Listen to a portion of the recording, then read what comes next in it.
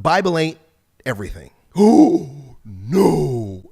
Elliott said that? Yeah, it's not all. The Bible is not everything. A friend said this to me the other day. He said, everything in the Bible is true, but not everything that's true is in the Bible. And of course, we know that.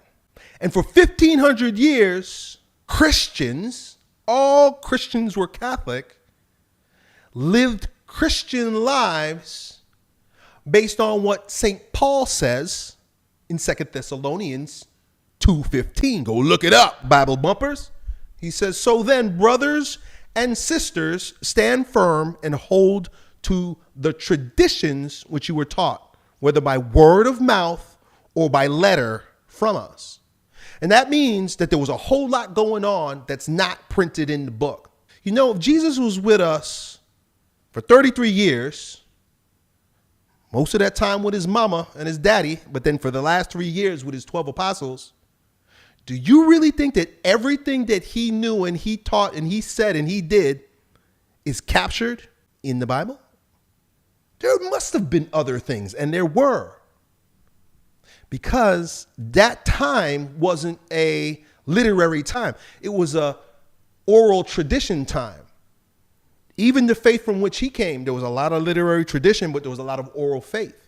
And you might say, oh, oral tradition is for dumb people who can't read. But I tell you this, those people were much smarter than us, even though you can read. You know how? Because they had to memorize stuff. If you're going to live in a world that's based on oral tradition, you can't just go to the book and read it. You got to memorize it. They memorized everything. They memorized scripture and traditions.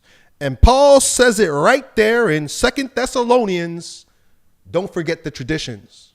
One of the amazing things that I discovered about the faith is that it's unlike Protestants who just have the book. That's all you got. You got the book.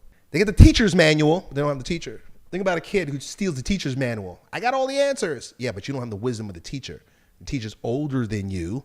The teacher may have, in fact, like the church, created the teacher's manual. Do you know that the Bible is a Catholic book? So people complain about the Council of Nicaea and various councils where they massage the Bible the way that they needed to massage it. It's their book. It's the Catholic book.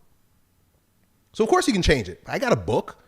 I need to upgrade it. I need to revise it. I think some stuff is superfluous or something's important. I'm going to add it. So a lot of these arguments that I used to take for granted, oh, the Bible's been changed. The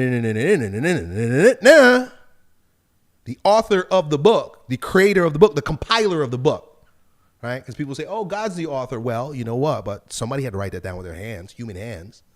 Somebody had to compile it. It's the Catholic Church. But then afterwards, you know, Martin Luther decided he didn't like some of the stuff that was in there, so he took it out. So on and so on and so forth. You could do your own research. When somebody says, oh, that's not biblical, well, now I know that don't mean nothing. Oh, Elliott, where does it say in the Bible? It doesn't have to say it in the Bible. It don't have to say it in the Bible, but you know what the Bible does say? Follow the traditions.